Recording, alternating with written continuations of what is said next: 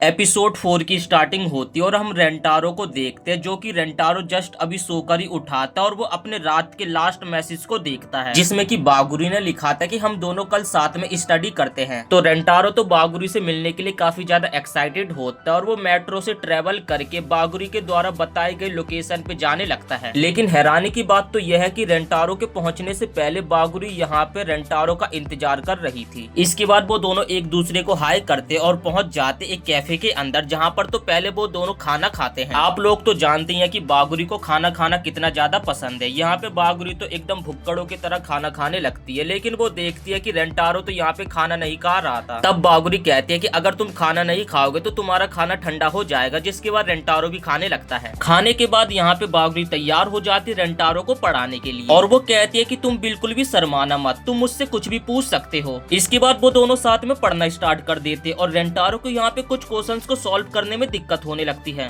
तब बागुरी से क्वेश्चन समझाने लगते और फ्लो में यहाँ पे बागुरी रेंटारो के काफी ज्यादा क्लोज आ जाती है और उन दोनों को समझ आ जाता है कि वो दोनों काफी ज्यादा क्लोज हैं। जिसके बाद वो दोनों काफी ज्यादा पिलस करने लगते हैं और वो दोनों यहाँ पे शर्माने लगते हैं। इसके बाद यहाँ पे उन दोनों की स्टडी दोबारा से स्टार्ट हो जाती है। तब बागुरी कहने लगते हैं कि तुम काफी ज्यादा अच्छे लड़के हो, क्योंकि तुम पढ़ाई कर रहे हो अपने दोस्तों के लिए, ताकि तुम अपने दोस्तों के साथ फेस्टिवल को सेलिब्रेट कर पाओ। और देखकर लगता है कि तुम अपने दोस्तों को काफी ज्यादा पसंद करते हो और उनसे प्यार करते हो। ये सुनकर यहाँ पे रेंटारो काफी ज्यादा हैरान हो जाता है, क्योंकि यहाँ पे बागुरी ने प्यार जैसे शब्द का यूज किया था। बागुरी कहने लगती कि आखिर तुम्हें क्या हुआ, जिस पे रेंटारो कहता कि अभी तुमने प्यार जैसे शब्द का यूज किया। मुझे नहीं लगता कि मैं अपने दोस्तों से प्यार करता हूँ, बस मैं उन सभी को पसंद करता हूँ। तब बागुरी कहने लगते कि इसमें क्या हुआ, क्योंकि मैं भी अपने दोस्तों से प्यार करती हूँ, और खास करके सुबारू, क्योंकि सुबारू मेरे बचपन की फ्रेंड है। पता नहीं लोग उसे गलत क्यों समझते, वो बहुत ही अच्छी लड़की और बहुत ही ज्यादा केयरिंग है। हाँ, मानती हूँ कि वो लड़कों को बिल्कुल भी पसंद नहीं करती, लेकिन इसके पीछे भी एक बहुत बड़ा रीजन है। शायद से दोस्तों पास्ट में सुबारू के साथ कुछ लड़कों ने कुछ किया होगा, जिस कारण ही वो लड़कों से काफी ज्यादा नफरत करने लगी है। और इसलिए मैं उस दिन बहुत ज्यादा खुश थी, क्योंकि तुमने बाकियों की तरह यहाँ पे सुबारू को जज नहीं किया था।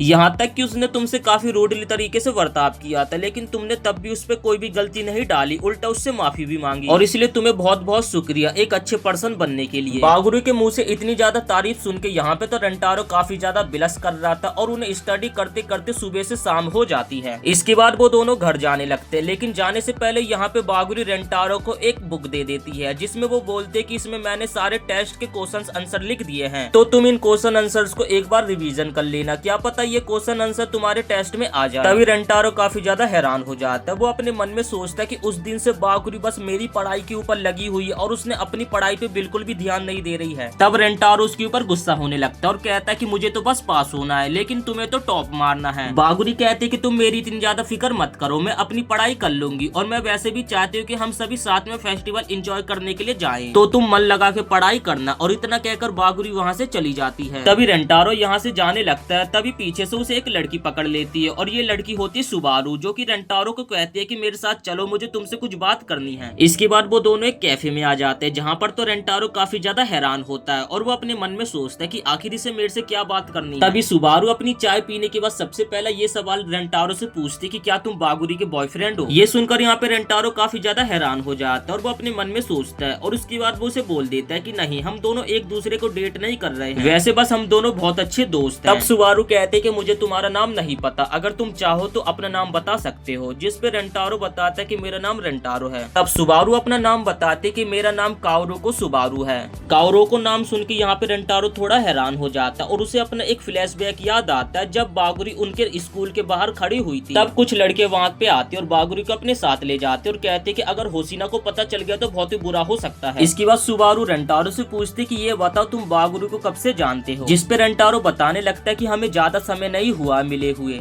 तब सुबारू कहते कि फिर इससे तुम्हें कुछ भी फर्क नहीं पड़ेगा, और वो कहती है कि मैं चाहती हूँ कि तुम बागुरी से दूर हो जाओ, बहुत दूर, यहाँ तक कि कभी भी उससे ना मिलो। और यहाँ पे सुबारू उससे रिक्वेस्ट कर रही थी, जिस पे रेंटारो कहता है कि ये सब तुमने इसलिए कहा क्योंकि मैं चितोरे से हूँ, जिस पे सुबारू कहती कि हाँ इसलिए क्योंकि तुम चितोरे स्कूल से हो। तब रेंटारो कहने लगता है कि अगर मैं चितोरे स्कूल में पढ़ता हूँ तो तुम्हें लगता होगा कि मैं एक बुरा लड़का हूँ, लेकिन मैं बुरा नहीं हूँ। तब सुबारू कहते कि मुझे पता है कि तुम एक बुरे लड़के नहीं हो, क्योंकि जब उस दिन मैंने तुम्हें और और तुम्हारे दोस्तों को काफी भला बुरा बोला था, लेकिन उसके बावजूद मुझे कुछ नहीं बोला था, बल्कि तुमने अपने दोस्तों को ही डांटा था। तब सुबारू कहती है कि मैं चितोरे से हेट करती हूँ और वहाँ के लड़कों से, और जब मैंने तुम्हें बागुरी के साथ देखा था इसीलिए मैं काफी ज्यादा पैनिक हो गई थी। तब रेंटारो पूछने लगता कि आखिर तुम इतनी पैनिक क्यों हो गई थी। अब यहाँ पे एक हमें पास्ट की बात पता चलती, क्योंकि हाई की लड़कियां जितना चितोरे हाई स्कूल के लड़कों से नफरत करती है, उससे ज्यादा नफरत तो वहाँ की टीचर चितोरे हाई स्कूल से करती है। और हमारे स्कूल के टीचर्स ने अगर तुम्हें बागुरी के साथ देख लिया तो बागुरी को स्कूल से बाहर भी निकाला जा सकता है। और अगर तुम्हें नहीं पता तो बागुरी इस स्कूल में स्कॉलरशिप से आई है। जब टीचर्स को पता चलेगा कि बागुरी एक चितोरे स्कूल के लड़के से बात करती है तो उसके लिए बहुत ही बुरा हो सकता है। तब रेंटारो पूछने लगता है कि आखिर तुम उसकी इतनी ज्यादा फिक्र क्यों करती हो, मानो वो तुम्हारी छोटी बहन हो। तभी एक बच्चे यहाँ पे भागता हुआ आता है जो कि अचानक से गिर जाता है और सुबारू उसे उठाने लगती है। बच्चे का नीचे खिलौना भी गिर गया होता है तो सुबारू उसका खिलौना भी उसे लौटा देती है। और तभी वो बच्चा नोटिस करता सुबारू के बालों की तरफ, जिसके बाद वो बच्चा सुबारू को कहने लगते कि वाओ आपके बाल कितने ज्यादा सुंदर हैं। ये सुनकर तो सुबारू यहाँ पे काफी ज्यादा हैरान हो जाती है और वो बच्चा अपनी माँ के साथ यहाँ से चला जाता है। जिसके बाद सुबारू यहाँ पे अपनी अलग ही दुनिया में पहुंच जाती है। जिसके बाद रेंटारो उससे पूछता कि आखिर अब तुम्हें क्या हुआ। तब वो बताने लगते कि सेम चीज बागुरी ने भी उसे एक बार बोला था। तब वो बताने लगती अपना एक पास्ट, जब वो छोटी थी तो उसके बालों के कारण 3-4 लड़के उसे काफी ज्यादा ट्रोल और परेशान कर रहे थे। तब वहाँ पे बागुरी आ जाती है जो कि सुबारू को प्रोटेक्ट करती है और कहती कि वाह तुम्हारे बाल कितने सुंदर हैं। और उसी पल के बाद सुबारू और बागुरी बहुत ही अच्छे दोस्त बन जाते हैं। तब सुबारू बताने लगते इसी कारण बागुरी मेरी सुपर हीरो है और मैं उसे बचाने के लिए किसी भी हद तक जा सकती हूँ। तब रेंटारो कहता है कि मैं समझ सकता हूँ, वो भी तुम्हारे बारे में इसी तरीके से बात करती रहती है और ऐसा कोई दिन नहीं जब वो तुम्हारे बारे में ना सोचती हो। ये सुनकर यहाँ पे सुबारू काफी ज्यादा हैरान हो जाती है और वो कहती है कि यही तो कारण है, मैंने उसे बचपन से देखा है और मैं उसके सारे स्ट्रगल्स को जानती हूँ कि उसने कितनी ज्यादा मेहनत करी है, लेकिन उसका सपना मिट्टी में मिल जाएगा अगर वो तुम्हारे साथ रही। तब यहाँ पे सुबारू काफी ज्यादा रिक्वेस्ट करने लगते हैं कि प्लीज मेरी बातों को समझो और बागुरी से अगली बार से नहीं मिलना। इसके बाद रेंटारो पास्ट की बातें याद करने लगते हैं और वो अपने मन में सोचते कि हाँ मैं जानता हूँ कि ये दोनों स्कूल एक दूसरे से काफी ज्यादा अलग हैं और मुझे नहीं पता कि इन दोनों स्कूल की आगे बन भी पाती है या फिर नहीं। तब रेंटारो को बागुरी की वही बात याद आने लगती है। बागुरी ने उसे एक बार कहा था कि इससे फर्क नहीं पड़ता कि हम किसी स्कूल में पढ़ते हैं, फर्क इससे पड़ता है कि हम कैसे इंसान हैं। तब रेंटारो उसे साफ साफ मना कर देता है कि मुझे माफ कर देना, लेकिन मैं बिल्कुल भी बागुरी से दूर नहीं हो सकता।